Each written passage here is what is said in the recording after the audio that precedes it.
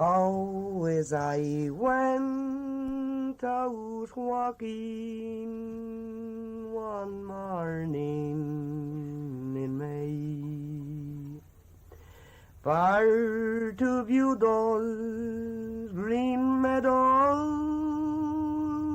and to watch those lambs play. True lovers was talking, and the fair maid did stay. Now, young man, you're false-hearted, all you led me astray. Well, I've chosen this song. It's sung by a settled travelling woman by the name of Mary McGrath, who lived down in Bridgetown in Wexford. It's a lovely piece of singing, and you see, I give this not as a curiosity, as people say, oh, listen, this is a traveller song. I think it stands on its own, but the sheer beauty of it. The air is beautiful. It's beautiful singing, but I have never come across this song from anybody else. Also, the fact that I've never found it anywhere else, it acts as makes me think, I wonder how many more there are like this still out there. Your mind, this very night you would be rolling in those arms of mine. Mary McGrath singing for Tom Munnelly in Bridgetown in County Wexford in 1974. First as a passion, then with the Folklore Commission and later with the Department of Folklore in UCD, Tom Munnelly collected thousands of songs, and about 700 of those were from Irish travellers. Songs like The Well Below the Valley-O, Johnny Barden, The Jolly Thresher and The Raggle-Taggle Gypsies. The original premise for the programme you're about to hear was straightforward enough. Visit the Department of Folklore in UCD where Tom's collection is held, gather some of the recordings he made of traveller singers and bring them home to the families of those singers, and then maybe see if the songs are still being sung in those families. Sam Lee is an English singer and song collector. He has been collecting songs from travellers all over Ireland, Scotland and England for the past 10 years. He has many friends within the Irish traveller community and a love of the songs, and in many cases the recordings made by Tom Munnelly were his first introduction to singers he later came to know well. For it's goodbye, my darling, it won't be for long, though it may be for years, not forever. For it's I'm going away, love, for several long years, and I would think of my darling forever. When did you first hear of Tom Munnelly? I heard about him actually when I read about his death, because I think that was the first I saw a little article about him passing on and about the work he was doing, and I was just at that time getting really interested in traveller music, and I didn't get to hear his recordings for a long time afterwards, but started to read a bit about his life and his work, and reading about the fact that he was the kind of one of the only people who'd been really out there collecting from Irish travellers, I realised he was a bit of a trailblazer, but also important work outside within the settled community as well. But just, I guess, being aware that there were people who made a career and a life out of the recording of music and the searching out of, intangible, vanishing heritage was really kind of like, wow, I didn't know there was a job like that. I didn't know that people did that. I was quite new to the whole folk thing at the time, and he was, I guess there was immediate that moment of, oh my God, somebody's passed who actually I'd really like to have met. The funny thing is the first time I heard his recordings, I wasn't even aware they were his, but it was from going out collecting, and a few of the travellers would say, "Oh, I've got a tape, I've got a CD of some old singing," and I remember being played this CD and hearing these voices that I'd not heard, and I could tell that it was old tape. I absolutely loved this, and I imported them onto my computer, and I had them, and I didn't know who the singers were, and one by one I started to put the names to them, just by actually playing them to other travellers and them telling me who they were. And then eventually I found that it was a CD that had been released through Pavy Point, but it was kind of wonderful that I received those songs through the community first. And I mean, Tom's collection is enormous, and it's a percentage of it which is the songs of the travellers. But your collecting in Ireland is nearly all songs of the travellers. Why the songs of the travellers, or what sparked your interest? Well, without delving into some of the very tight-knit communities where the oral tradition has lasted, the Inner Show and singing community, for instance, the travellers are in many ways the last people in this island who, in this land, who still sing traditional song and songs that have been passed down through the oral tradition, and some of the ancient, English language songs. It is obviously to my advantage that they only sing in English, not being an Irish speaker. But I also found in Ireland, when I first came here to start doing some song collecting, having only collected in England and Scotland before that, that it was quite evident there was more material to be found here than anywhere that I'd been. It was certainly more common to find an old singer with songs in their repertoire in Ireland than anywhere in the UK. And what reaction do you get? So you arrive unannounced at somebody's door, you say, "Hello, I'm Sam." What reaction do you get from people? Are they generally welcoming? Are they kind of cautious about you, or what happens? It's kind of like every time I'm amazed that I go in there in my very English expectance that they're not going to be pleased to see me and they'll want to get rid of me very quickly.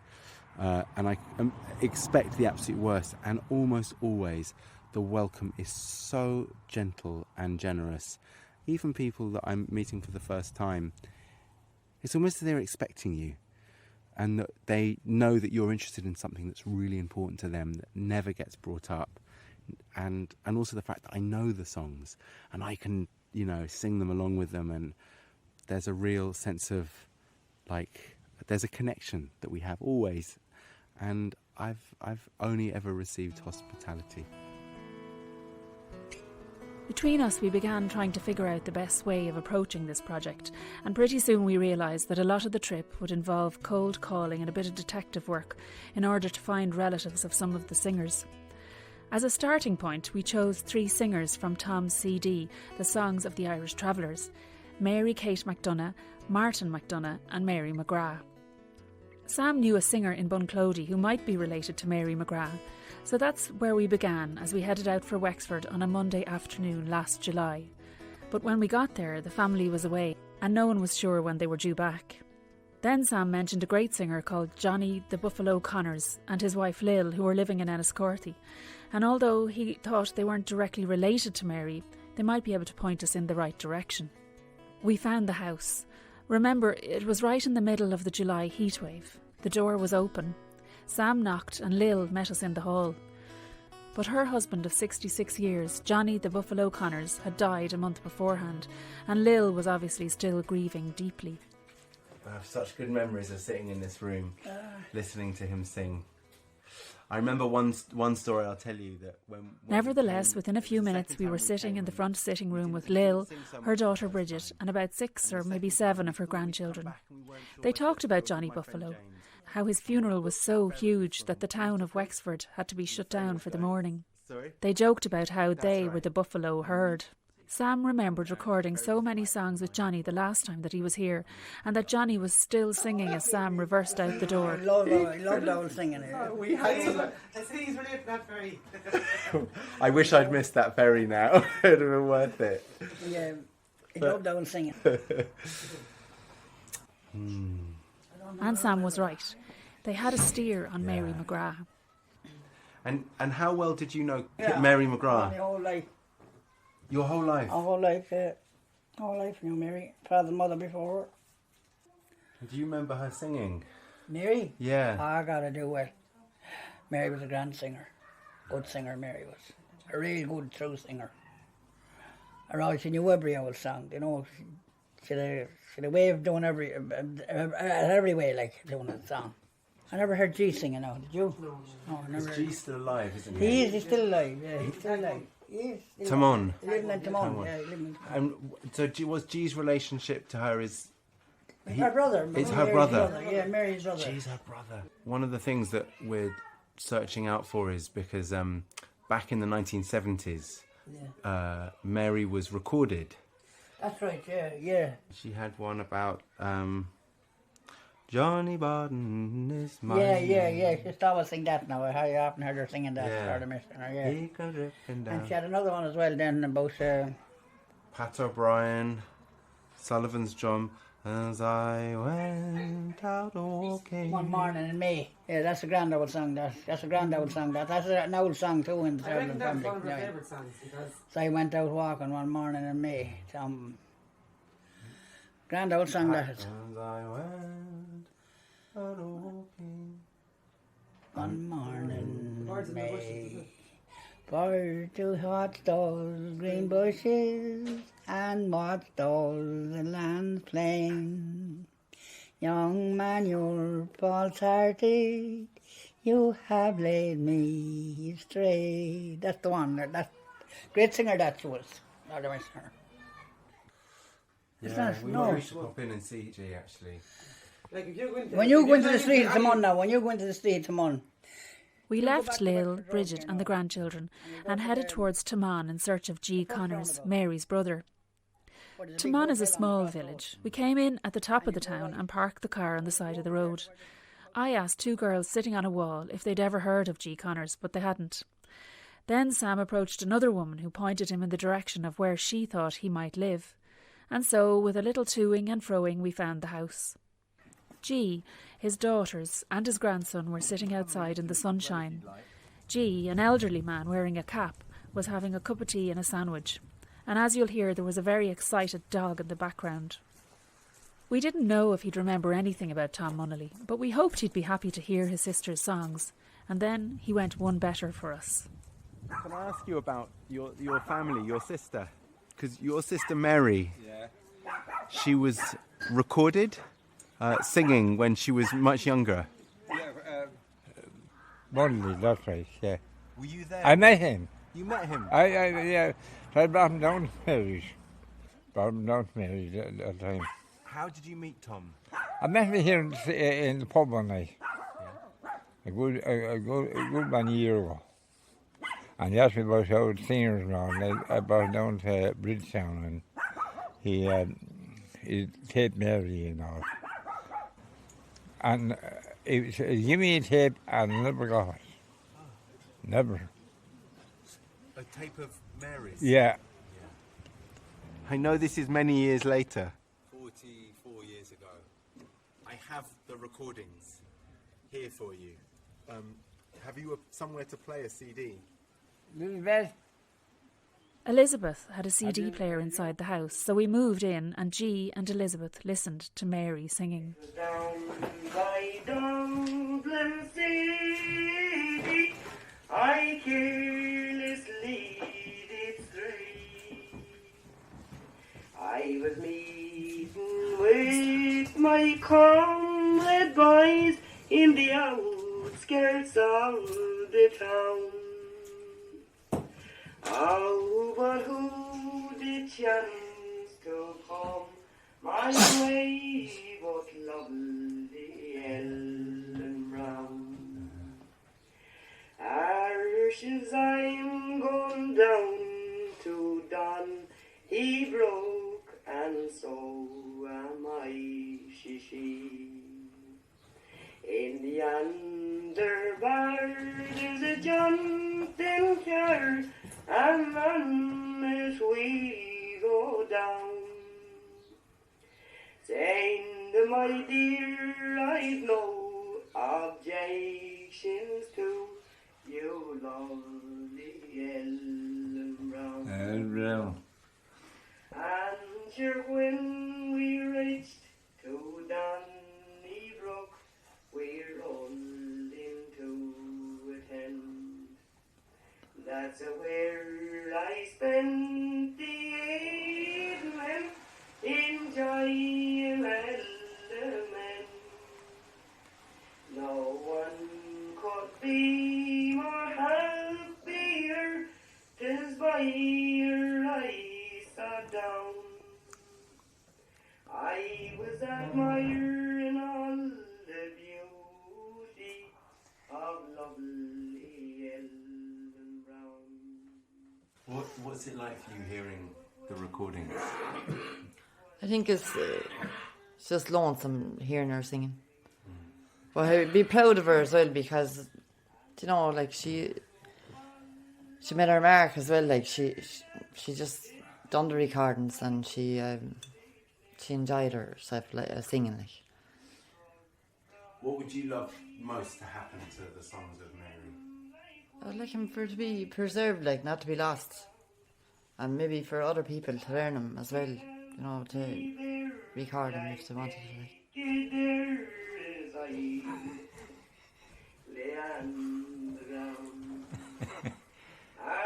Come on, my handsome young man, and a warning take by me. Don't you ever court a dark-haired girl by any disagree. She will finger all your money, boys, and leave you bare in town. And she will leave you to course Donnybrook like me would Ellen Brown. We stayed a while longer with G and Elizabeth. G sang us a song called Pat O'Brien and they chatted some more. As we were leaving, they gave Sam directions to another fine singer, Jimmy Berry, who as far as I know wasn't recorded by Tom. Tom Munnelly was the last full-time collector to work for the Department of Irish Folklore, and his vast and valuable collection is looked after in UCD.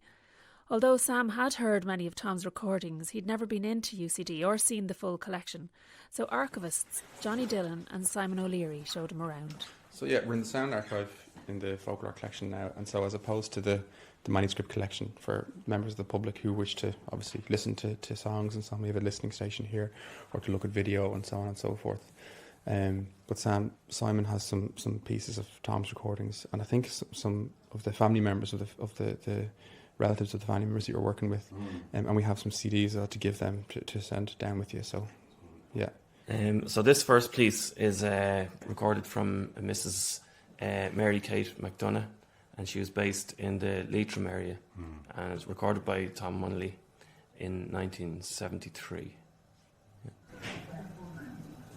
I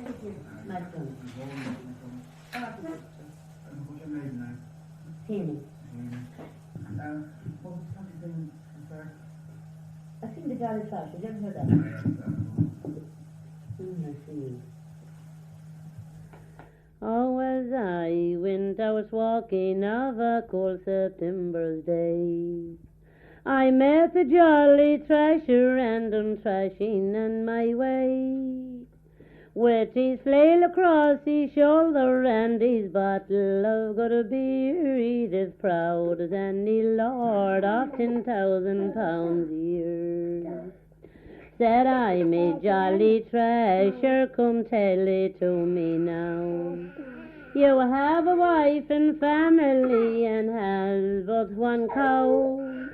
Your family is large and your wages it is small, and as how to maintain it, sure I cannot tell it all. Oh, sometimes a hedging and a ditching I will go. More times I reap and there's other times I mow. Well, sometime I follow up the harrow, horse and plough. I have earned all my money by the sweat of my brow. When the poor man comes in, tired and wearied, he'll sit down. He'll take his youngest baby and he'll dandle it on his knee. The rest may follow after with some prattling and some noise. Oh, that's all the comfort that a poor man enjoys. Oh, me and my wife, we are joined in one yoke. Neither hardship or poverty we never did provoke. We lived in peace and happiness, although that we were poor, and we thrashed away all poverty that came to our door. Well, when that you were so fond and so loving to your wife, here's 50 acres of good land I'll give to you for life. And when that you are dying, you can will it to your rear as you thrust away all poverty that came to your door. Thrash away your poverty. Amazing line. Tom is most famous for his recording of Travellers, but that was a much, it was about, I think he said it was about 15% of his actual recording work was of the Traveller community. And I guess I asked why that was for him, and also why is he so unique as somebody who was searching out for music and song and tunes from the Travellers. I think Tom maybe had a certain vision or view where he was able to see past. He was able to see, I suppose, the richness of the tradition that was born by the Travellers in areas where others couldn't. I mean, he mentioned in one writing in 1975 a friend of his who was collecting extensively in aspects of folk tradition in the area, and there was a family of Travellers near him, and he said that he didn't know that they had a note in their head between them. This man had never figured to, maybe I'll go, and they just weren't on his conceptual kind of map, basically. But time and again he found himself drawn to the campsite, because it was often so easy to find such good singers among the Travellers. In a way, the work of collectors and other individuals, handfuls really, had been done since the 19th century on, often on aspects of gammon, cant, shelter, the Traveller language itself, but less so maybe steering towards a song. And although primarily Tom's work with Travellers was in the first few years of his work, really, perhaps some of the findings that he made, some of the rare songs, the beginnings of the recognition of the traditions of the English language song in Ireland, which wasn't an enormous effort to begin collecting that until a particular effort that he was engaged with, run by the Department of Education, started in 1975. So I guess he kind of maybe represented in a way that a change of focus, basically, and looking kind of for old songs in new places, essentially. And again, that has stood the test of time. It's funny because you're referring to this place, and it is such a quiet room. It's got the smell of the archival box and everything on hold. But essentially, what's stored in it is the kind of the harmonious noise of culture, as you say, being taken out before it's lost. So there's kind of a sense of that ready to be activated. The everything that was ever spoken about or sung about or yarned upon is held in this room. Yeah, you're totally right, and it's the living aspect. The tradition is a living and dynamic force, and that's something that needs to be that people need to kind of remember often, and that the natural habitat really of these customs and traditions isn't in a manuscript on a shelf, but in the mouths and minds of people and communities all over Ireland and England, Europe and further afield. And that's what much of the work that we do and that you're doing now, Sam, as well, is to kind of revivify aspects of that tradition, or to ensure that it kind of carries on as a living force, as opposed to sitting on a shelf. I'm sitting by the old fireside from the clear lights of dawn. Sure, I'm afraid I won't be able for to plough the rocks upon. Rise up, young Al, Sweeney now, and give your heart some hay. Sure, I'm afraid I won't be able for to plough the rocks upon. I am sitting by this fireside from the clear lights of dawn. Sure, I'm afraid I won't return again. For the There was 3 of the gypsies came to our hall door. Deacon Brils and Munnelly, yo. But is one sung high and the other sung low, and the lady sung draggle taggle gypsy, yo. Will you bow down, daughter Thomas, he said. Will you bow down, not lies? Is for your love, cheer and company, and candles burning bright, bright, and candles burning bright. William Scandon is my name, and from Fane I belong. I belong to respectable family. Oh, yet it not too wrong. The first misfortune that I may blame, 'twas the devil tempted me, for to take my horse from Ulster grass to the fair of Carramay. The singing of Tom Berry, John Riley, Martin McDonagh and Michael McDonagh. Just a handful of the Travellers' songs and singers recorded by Tom Munnelly. And here's another one. This is Bridie Cawley. I saddled up my horse, many miles did I go. Many turns did I do in an hour, till I came to the door, and I stood on the floor.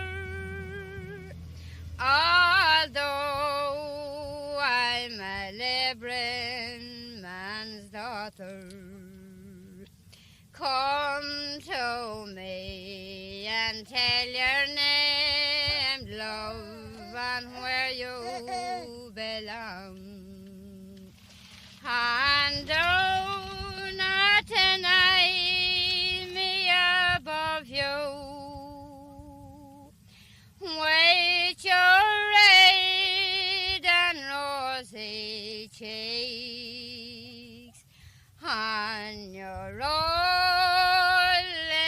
brown eyes. It was first in a dream I ever saw you. Your father might be angry, your mother likewise, to go marry a poor missy girdle, but the rest of our friends, they would not care a pin if we only could love one another. That's a lady called Bridie Cawley singing a song called The Labouring Man's Daughter, and that song was recorded by Tom Munnelly in a traveller camp in Cavan Town in July 1972. It was almost an accident that Tom recorded that song. He happened to stop at a garage and happened to see a halting sign behind it and wandered over to see if there were any songs or singers. But of course it wasn't accidental at all. Tom Munnelly had his mind and his ears open, and everywhere he went he kept an ear out for good songs and singers, and so he didn't miss Bridie Cawley when their paths crossed.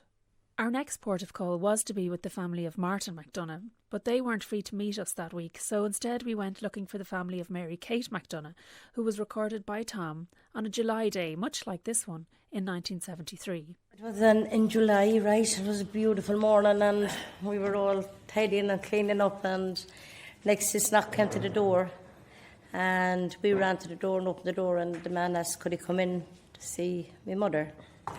but we didn't know who he was absolutely. But he came in, and my father was there as well, and he asked my mother, would she record a song? We've heard so much about you.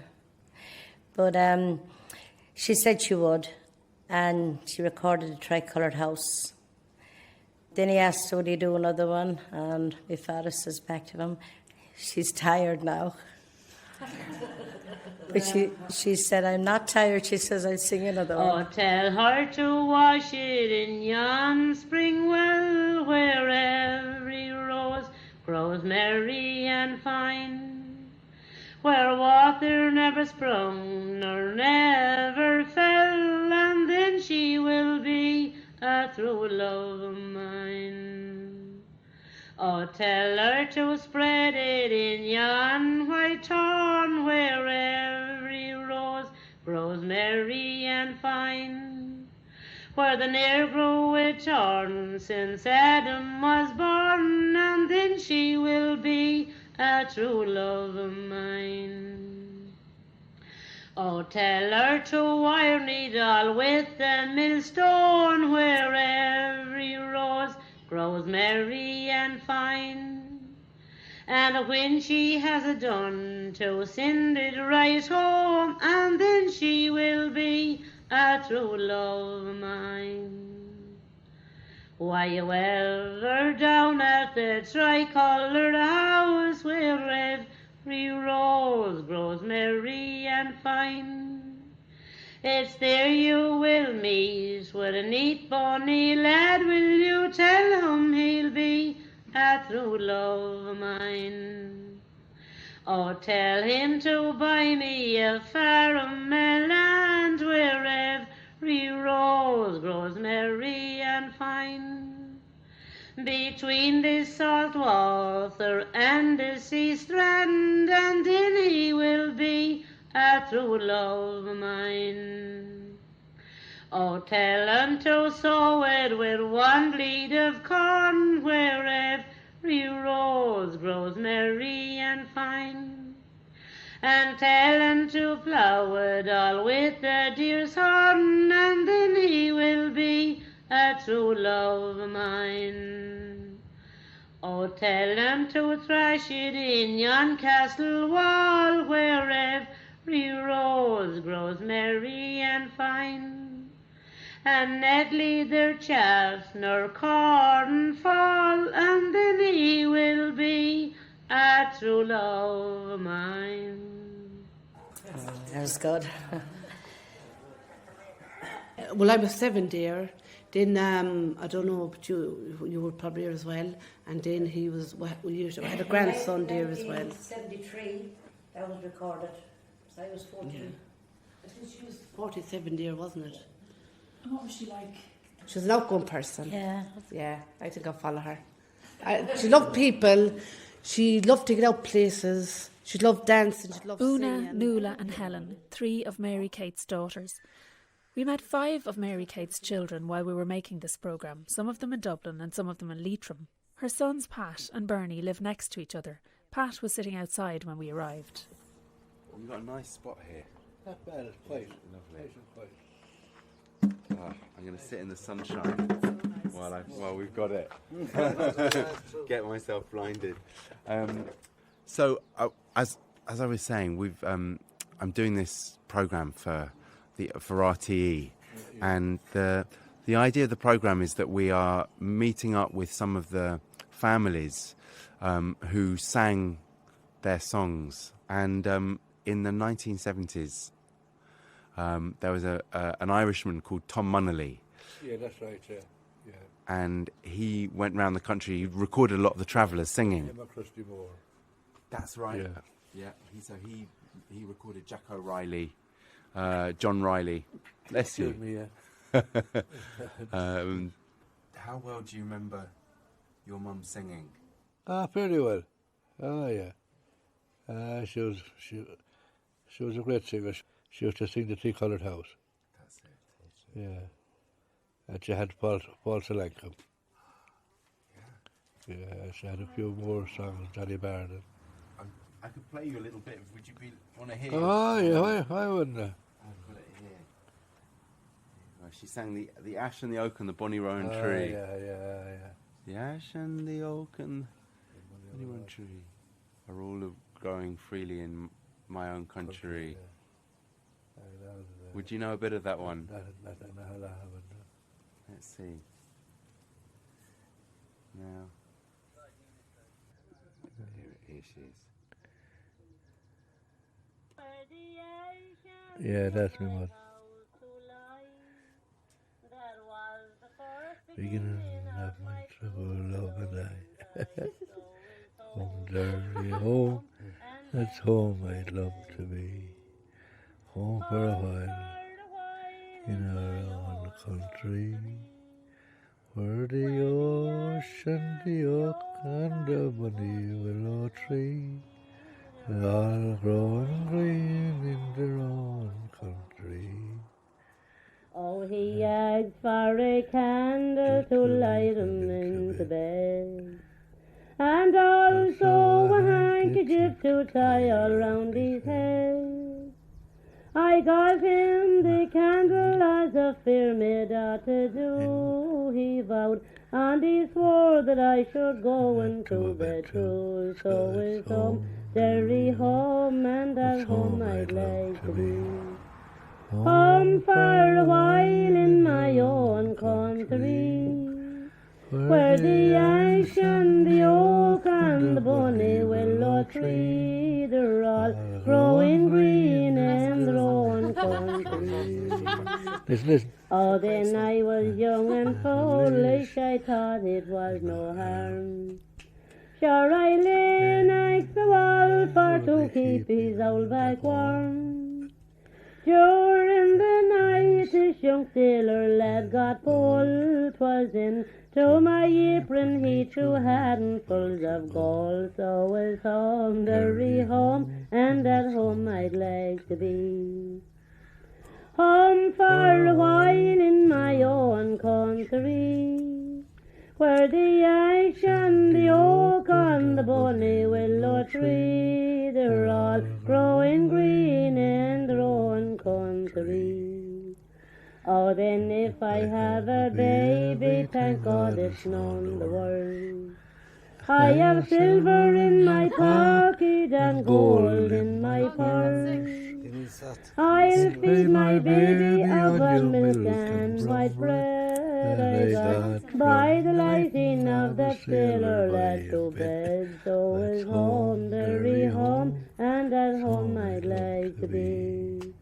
Home for a while in my own country, where the ash and the oak and the bonny willow tree, they're all growing green in their own old country. You want to be careful of these sailor boys. Pat McDonough singing with his mother Mary Kate from a recording made in Mohill by Tom Munnelly over 40 years ago. The laughter in the background was Pat's granddaughter Mary Bridget, who I think was quite surprised to hear her grandfather sing. There used to be a halting site beside Pat's house, but it was knocked down a few years ago, and beside that Bernie McDonough, Pat's brother, and his wife Mary live. Bernie loves music and songs, and he's a great singer, but on the day we visited he was sick in bed and didn't feel up to singing. On the bed beside him he had his mobile phone and a small fan to keep the room cool. He might not have been feeling well, but he was happy to see us, and more than happy to talk about the songs and about Mary Kate. How's Bernie doing? He's doing good now. He's grand. So if you want to go and have a word with him. Is that all right? Yeah, you're welcome, of course, yeah. Okay. Hey, Bernie. Hello, I'm Sam. We met before. Hello, and this is Aoife. How are you? Oh, good. I'm sorry you're in bed at the moment. You're not doing great. I am indeed, yeah. Oh. And to sing a song, I wouldn't be able to do it. Oh no, I totally understand. You've got a big smile on your face at the moment, which is good though. But we were often thinking about here, like, you know, me and a brother of mine, that when she was alive, that we had right to record a lot of songs, of her songs. But it just didn't happen, you know. It just didn't happen. What songs of hers do you remember? I remember that one out of the Tri-Coloured House. and Ballymount Forest so green, and down by the green bushes where he thinks he'll meet me. Yeah. Did she sing one about Mollybourne? Well, that was a beautiful song, so it was Mollybourne. The shooting of the swan. The trigger I pulled and I shot Mollybourne. It was his girlfriend he shot, but it was by mistake. Now, she wasn't recorded singing that, so I've always wanted to hear that song. No, she wasn't recorded singing that, no. He saw the girl, she had a white apron on her. He took her as a swan. You never will be convicted for the loss of a swan. Now, and I only have a few words of it, like, you know. He phoned a man who might know, his brother, Tom the fiddler, and I watched as that network upon which all song collectors rely kicked into action. Listen, you don't know anyone that has that song, Mollybourne. Do you remember the one my mother used to sing? At the beginning of our trip, archivist Johnny Dillon had said something which kept coming back to me as we went along. It's a question of pride as well, a question of pride for people that exactly as you describe. It's no wonder that there's an emotional response to these things, because people are proud of their forebears. I mean, and that goes just kind of across the board in the traveller community and settled community, that these songs and the singers, and they link us to a kind of living past that can inform the present, but they can fill us as well with pride. And we need to be, and we should be proud of those who have gone before and their artistry and their imagination and so on.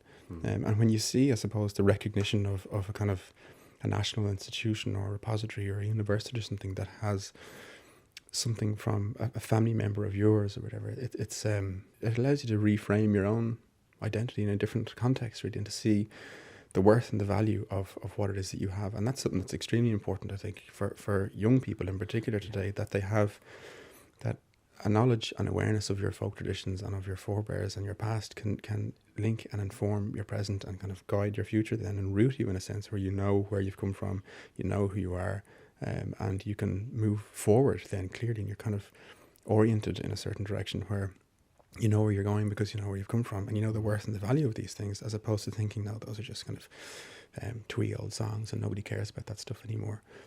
So people should be proud, and it's natural that people are proud, and I'm proud and glad to be able to facilitate that, even the kind of the scratch CD in a car somewhere. You know, we want these songs to be out. You know, I want them to be sung, or want people to know of their existence. Again, that's what the only place for these things is on the lips of young singers and in their minds. I think in one of the interviews that Tom did, that he, sometime in the 90s, that he said that he didn't think there were many more songs to be collected from the Travellers at that point. Is that your experience, or have you come across new songs, or are people still singing the old songs?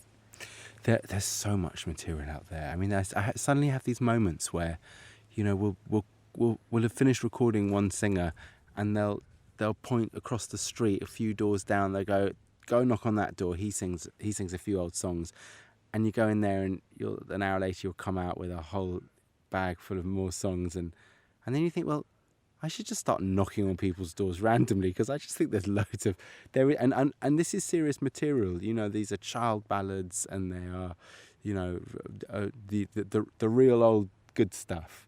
So I'm not talking about a lot of the sort of Victorian or turn of the century, you know, popular music, but then that's I guess a real. That's a real indication that the traveller community are so unlistened to and unheard, and I'm not just meaning by that particularly the old ones by the outside world, by the settled community, but actually within the community themselves, they don't listen to the old people singing the songs or telling the stories so much. There isn't that opportunity. The exchange isn't happening, so there is a very, very fast thinning out. On this trip here already, just found out that one of the great ballad singers, Johnny Buffalo Connors, passed away a month ago, taking with him hundreds. Over 300 songs that he sang, and an extraordinary relationship with song. And there isn't anybody like Johnny the Buffalo left. So you can feel it's just, you know, as the memories wear out, and the people pass on. I'm seeing that sort of closure of that way here and now. There is a little bit of passing it on. Some of the youngsters are picking up a song or two from mum or dad or grandpa or grandma, but it's a fraction of what the older culture had inherited. And Tom's material, so Tom worked for the Folklore Commission in UCD and he gathered material and deposited it in the university. What happens to your material? So you've collected an awful lot of songs from various people around the country. What do you do with it then? What's your hope for the material? Oh well, so I've many hopes for the material. There's the short-term vision and then there's the long-term vision. The short-term vision is that they need to be made accessible and returned to the communities as fast as possible. As soon as possible, a page gets made on the Song Collectors website that is dedicated to each singer or their family, and has photos and biography and listening portal so that all the songs get heard. We also, the recordings that I make get indexed so that all the information, all the vital knowledge around the songs of where they've been learnt, how they've been learnt, who they've been learnt from, is not lost and is usable for libraries and searches from specialists and researchers. So that's just about making it immediately, repatriating it back to the families, burning it on CDs, taking it back or posting it back to the families.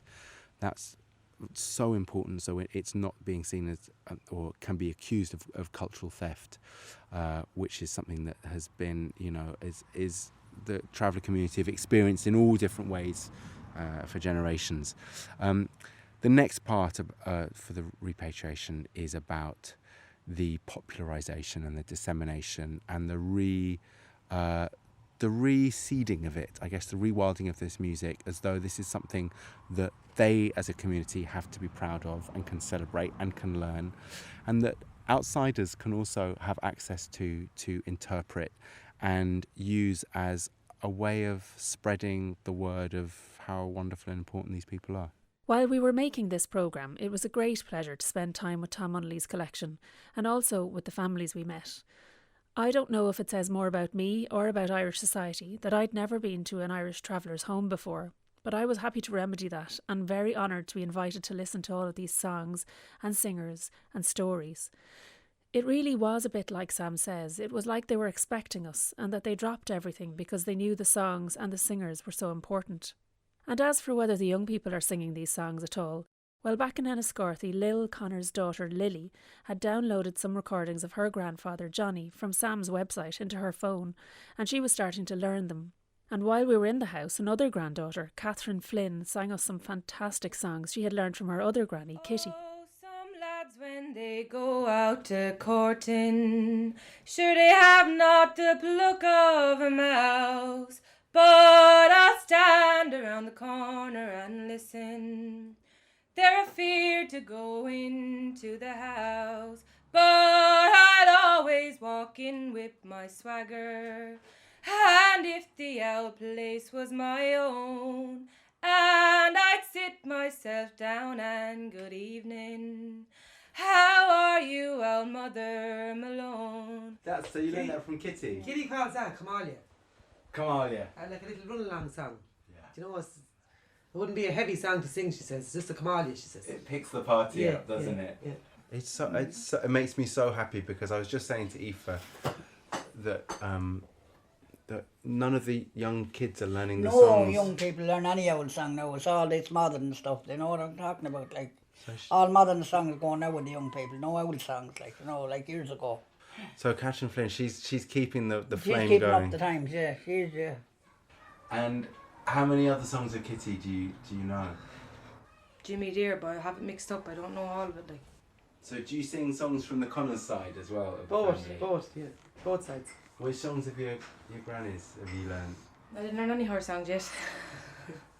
Daddy's songs. I learned a bit of the North Strand, but I haven't got it all either. I never Pretty Polly, know that song? Sure I do. It's one of the greatest songs in the world. How much of it do you know? Try and he'll help you. A pretty young boy came from the North Strand. He come out unto me. He promised he'd bring me down to the North Strand, and there he'd marry me. Now, would you know how old that song is? He knew it, Larry. He knew all that. You know how old it is now with the song? How old is it? Huh? How old is the song, the man said? Oh, years back. You know that some people say that song goes over 1,200 years. It could really happen, like, but in our breed, like, years back, years and years back, like, you know. Yeah. All in the family for years, like, in all the family for years, like, all travelling family for years. Yeah. As Sam and I sat outside of Mohill at the lakeside that July evening, there were 2 swans on the water, and they reminded me of the missing song Molly Bawn, and of that song collecting journey which is undertaken with such care by people like Tom Munnelly and Sam Lee and others who ensure that long after they're gone, the songs and the singers live on. Would you chance Johnny Barden? Just a little bit of it anyway. Okay, Mary. What name do you have on it? Johnny Barden. Okay. Where did you get it, Mary? Johnny Murphy. Johnny Murphy. Now, where's he travelling from? man. He's dead years. Where was he from? Wexford, man. How old were you when you got it? I'd say I could about 5, you know. About I used 5. to hear him, yeah. He'd cover very old songs. Heard there been a red square up in Edinburgh town, and a very red square was he. He reared one comely daughter again, and a very fine girl was she. Hello, and a very fine girl was she. She was gazing out o'er her father's castle wall for to watch those ships sailing by. Have you some heavy sickness, he says, or in love with some young man? Young man, or in love with some young man? I have got no heavy sickness, she said, or in love with no young man. But there's one more thing is trouble to me mind, my love is staying too long. Too long, my love is staying too long. Is he a lord, or is he an earl, or is he a man of fame? Or is he one of our own same men that's ploughing the raging main? In Maine, that's ploughing the raging main. For he's no lord, nor he's no squire, nor he's no man of fame. Sure he is one of our own same men, Johnny Barden is his name. Hello, Johnny Barden, it is his name. Oh, tomorrow morn at 8 o'clock, it is hung Johnny Barden will be. Sure, father, she said, if you hang Johnny Barden, you'll get no good of me. Of me, you'll get no good of me. Oh, he called down his merry men be 1 and 2, 1 and 2 and 3, expecting Barden to be the last man, but the very first man was he. Here's he, but the very first man was he. He came tipping down the stairs with his suit of silk, with his 2 dark eyes and his curly hair, and his skin was as white as milk. His milk, and his skin was as white as milk. Is this Johnny Barden, daughter? He said, if it is, I don't blame you at all. Sure, if I was a woman as I am a man, in love with Johnny Barden I'd fall. Hello, in love with Johnny Barden I'd fall. Will you marry me, daughter Johnny Barden? He said, will you take her by the hand? Will you sit to the table and dine with me, and to hell with all your land? Hello, and to hell with all your land. And the merry bells of Scotland would ring, and they'd ring so merrily, to welcome home Johnny Barden and his wife back to their own country. That's it all. Every bit of it that I ever heard. It's a lovely, lovely song. No, it's no air. You can sing it. You want to be very old to sing. You want to have